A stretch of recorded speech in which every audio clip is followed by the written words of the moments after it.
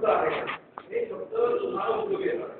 हा एक गेम आहे. If you play this game in the class outside the class at home, जर तुम्ही बनवले तर त्याचा तुम्हाला फायदा निश्चित होईल.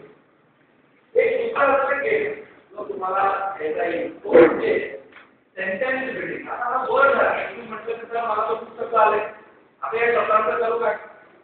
ठीक आहे, काय आपण लोक आता शब्दांचं वाक्यांमध्ये तुला रूपांतरित करायचं. You have to convert the word into sentence. कसं तुम्ही कन्वर्ट करा या प्रकार सेंटेन्स बिल्डिंग काम करेल.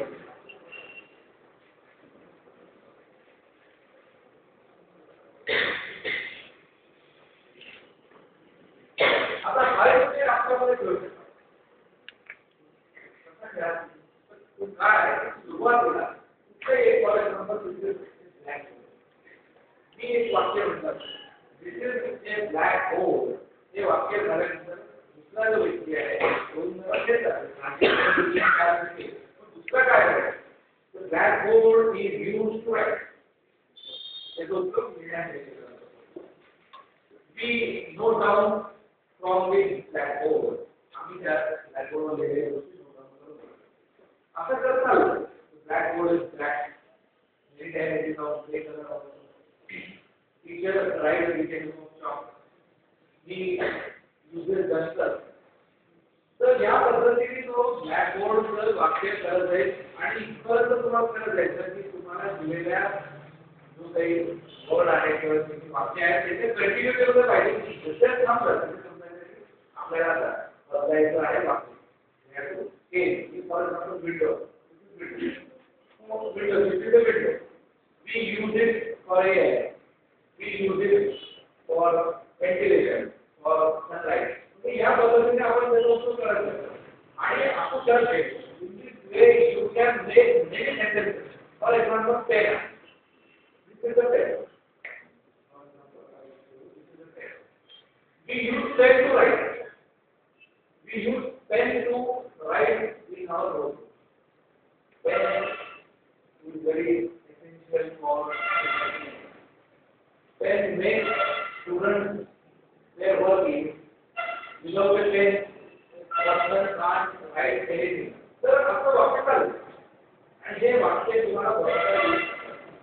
खूप आहे पुस्तकावर वाक्य बनवायचे आणि त्याचा उपयोग तुम्ही जास्तीत जास्त केला तर त्याचा तुम्हाला फायदा होऊ शकतो. आता डिक्शनरी जर तुम्ही आता सांगितलं डिक्शनरी तुम्ही यूज करता रसायनिक डिक्शनरी कुठे तुमच्याकडे त्यावरती ऑक्सफोर्ड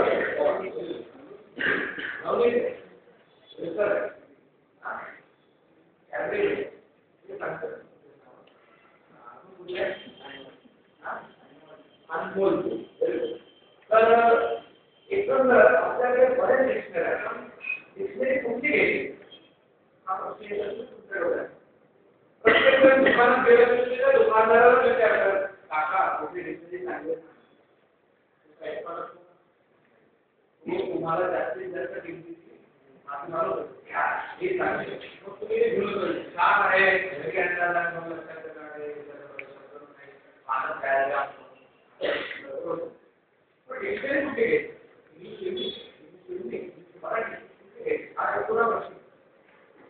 इंग्लिश टू हिंदी किंवा इंग्लिश टू मराठी असं जर भेटलं तर यू कॅन अंडरस्टँड मिनिंग.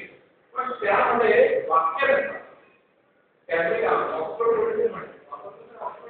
त्याच्यामध्ये सेंटेन्स प्रत्येक शब्दाचे वाक्य दिले तुम्ही डिक्शनरी यूज करताना लक्षात ठेवा त्यामध्ये सगळ्यात पहिले इंग्लिश असलेलं उत्तम नंबर 2 त्याच्यात शब्दाचे जे अर्थ आहेत ते एकच अर्थ नाही करतात त्याचे वेगवेगळे अर्थ पाहिजे.